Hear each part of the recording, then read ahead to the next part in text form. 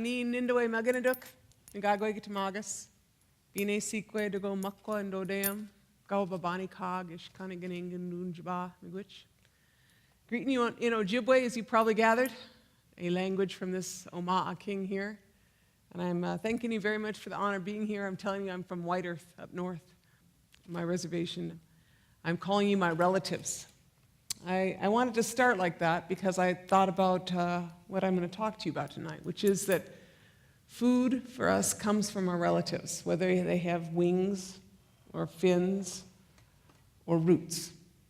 And indeed, that is how we consider food.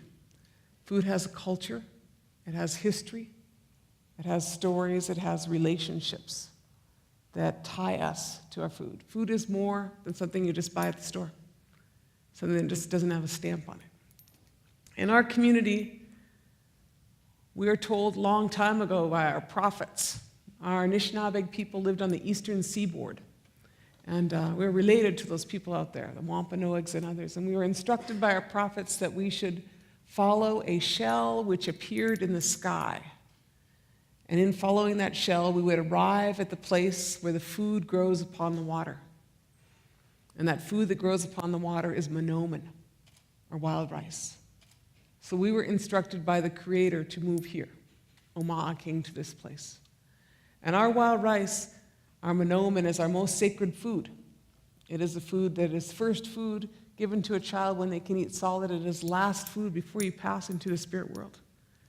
It's for all our feasts and all our ceremonies. It is very important to us. And we, as you know, we fought hard and long to keep our rice and to keep it good. This is a picture of Nokomis and Nana Buju. That's our spirit beings from who we descend, making wild rice. And this is my community today. Do pretty much the same thing as we did for 1,000 years. We got an aluminum canoe now instead of a birch bark. Hard to get trees that size these days. But we still rice. And then the month that is called Menominake Gizis, wild rice making moon, August into September, you'll see our people go out on the lakes. And we feel a great joy when we go out there with our 2 sticks in a canoe, go out there and harvest the rice. Sometimes it's tall or short or fat or skinny or looks like a bottle brush or looks all punked out. It's diverse. And that's how we can keep it, because when a wind comes through, it blows off some of the rice, it doesn't blow off other rice. There's great diversity, in that.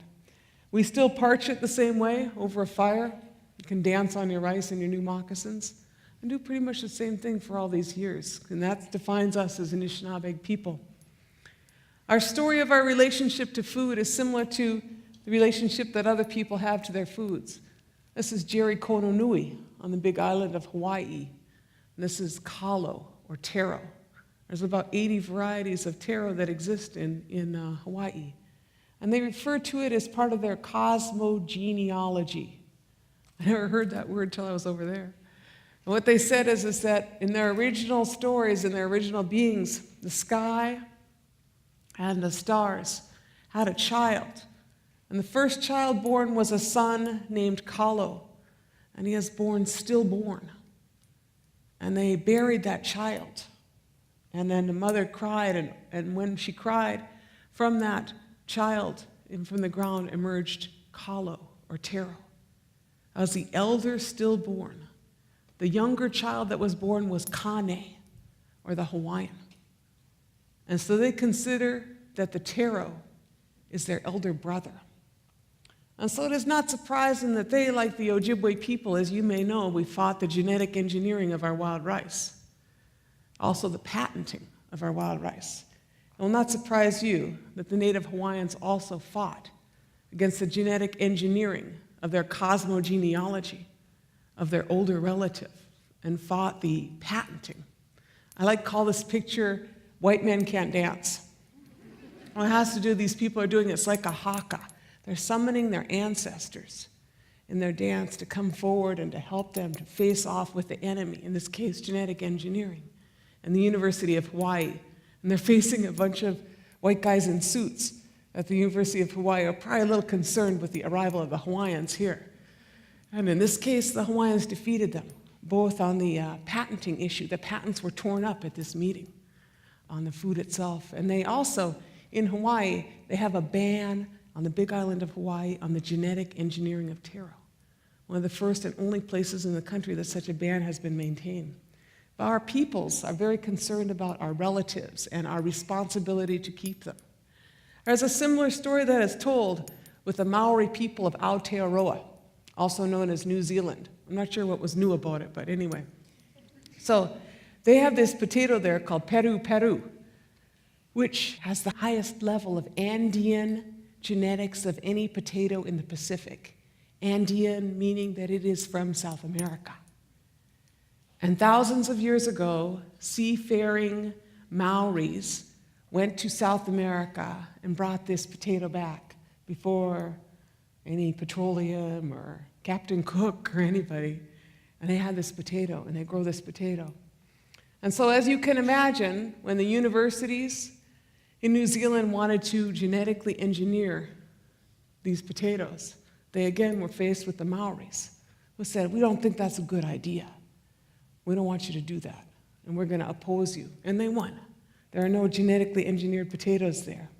And in that, they reestablished a relationship with the Aymara people from Peru area, who thanked them for protecting their sacred food as well.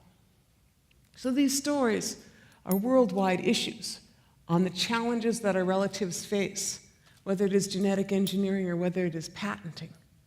But perhaps the more prominent issue that we are facing is in fact the extinction of species of foods in themselves.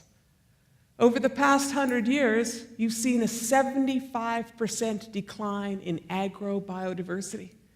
That is to say, the species of seeds, vegetables, common things that existed 100 years ago do not exist today.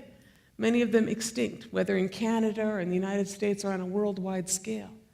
And increasingly, you're seeing that today, for instance, the vast majority of corn that is grown here in this country has one genetic ancestor. This is something that is a little bit frightening. In addition to that, we are seeing that there is a more concentration of the ownership of these seeds themselves by fewer and fewer. This has big implications for our peoples. My community, the White Earth Reservation in northern Minnesota, on our reservation, 1/3 of the population served by Indian Health Service has diabetes. That diabetes is caused by the rapid transition from a traditional food to industrialized foods. And increasingly that is occurring across this country, where dietary-related illnesses are becoming dominant sources of ill health in this country and themselves. Has a huge health impact, this loss of access to our traditional foods. Because today they're saying that we get the vast majority of our calories from less than 30 varieties of foods. Concentration in fewer and fewer. And a lot of them, of course, kind of greasy in themselves. Then there is the economic issue. You could look at it a couple ways. One, concentration of ownership of seeds in a few corporations. Increasingly, farmers who held these seeds and had the cultural patrimony, rights, relationship, and the wealth in themselves are being deprived of that by patenting laws and increasing ownership. About 7 corporations control almost all the seeds that are commercially available in the world. Yeah? In our own communities, though, this is a problem in itself. My reservation, our Ojibwe people, totally self-sufficient until pretty recently on food. That is to say, before 100 years ago, we were the northernmost corn producers in the world. We push corn 100 miles north of Winnipeg. Many varieties, a multitude of sources. Maple syrup, that was us way before Aunt Jemima. All those foods we had in our community, yeah? But today, we don't produce most of those foods. So my reservation, which is stricken with a good deal of poverty, as many other Indian reservations, we find that we spend about $8 million a year on food, and of that, we spend $7 million like that, off reservation, purchased Walmart, Food Service of America, Cisco, etc. If you look at it, it's almost, and what you buy on the reservation, you end up buying just a little bit that is in the food stores there, and what the vast majority of the food stores there sell is junk food. good food not accessible. In that food economy represents about 1/4 of our tribal economy, which is lost down the drain through different sources, something which could be a source of wealth for us in our community. I don't know how to quantify the culture of grief associated with loss of your most ancient varieties. I don't know what that price tag is, but I know that it is significant, what is happening to our peoples. But it is not just what is happening to our community, it's what the future is going to look like for all of us. Because we're sitting in Minneapolis today and it's 100 degrees out. That is climate change, is what is going on here. You've got floods in parts of the country. You got a good portion of the country is on fire right now, right? You got tornadoes coming down. They are saying that over the next 20 years, we're going to spend 20% of world GDP on climate change-related disasters. And amidst that, we have a food system that is increasingly concentrated in both its monoculture and its ownership. They're projecting a 34% loss in corn crop in North Dakota. And what I am concerned about is the fact that we don't have all the seeds we could have at the table. What we have is a concentration and a rising sense of food insecurity. So we have some ideas on this. This is my community. We have this corn restoration project. This Bear Island flint corn we've been working on for a long time. It's a good corn, and in that corn in itself, it came from Bear Island in the middle of Leech Lake. I got about this much from a seed grower. He gave it to me, and now we have fields of it. It grows about this tall, has big ears, doesn't require irrigation, frost resistant, and when a sear wind comes through, Monsanto's Roundup Ready corn tips over, but our corn is still standing. That is the corn we are looking at. The one in the middle, beautiful, pink lady corn, kind of a magenta colored corn. I just like how it looks. Tastes good too. And this other one, Pawnee Eagle corn. They say that the Pawnees were given corn from the corn mother, had this corn for all their time. And when they lived in Nebraska, they did good with their corn, and their other people came, the settlers came to see them. And when the settlers came, they got on good with the Pawnees. They traded horses and had them fix their wagon wheels and various things. But the government forced the Pawnees to leave and go to Oklahoma. And when they went, they took their corn with them, but it did not grow. It did not grow. And so for many years, they grieved the loss of their corn, got less and less, till they just had like 25 different seeds. And then one day, the descendants of the settlers in Kearney, Nebraska, asked if they could help grow those corn varieties again.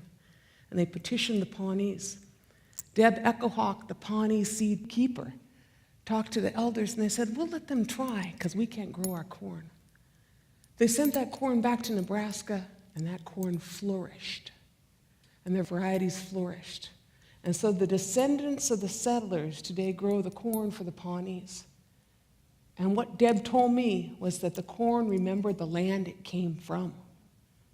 It is a story. Corn has a history, it has a story, and in this case, it is a form of redemption. That is the work we are doing in our community. We're working to bring back our sugar bush. That's the first harvest of the season. That's my youngest son sucking the sap out of the tree, eating my profits.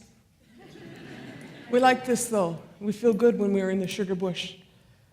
And we are trying to grow back all our old varieties. This young man, that's a Lakota squash. And that squash in itself was given to me in October, and I ate it in May. Why am I telling you that? Because it's a perfect carbon-reduced food. It didn't require refrigeration, freezing, or canning. It just hung out, was a squash, delicious that much later. Yeah? And so it's not just it's not just that you grow local food, it's also what you grow. Because it turns out a lot of these old varieties are higher in amino acids, antioxidants, protein, trace minerals than anything you can buy at the store. Now, I don't know why that is. What I figure is that in creating industrialized foods that they could move 1,500 miles from farmer to table, they created foods that would respond well to pesticides, were uniform, could be picked well with whatever equipment they were using, and would transport well. And somehow in that, I think that they lost some nutritional value. you know? And so these seeds are the endangered ones, but these are the ones that in our theory are the seeds not just for now, but are the seeds and the hopes for the future. Now, as I reflected what to talk to you about here tonight, I remembered that my father, he passed away about 15 years ago, but he used to tell me something which, you're all pretty smart people, you're probably like me.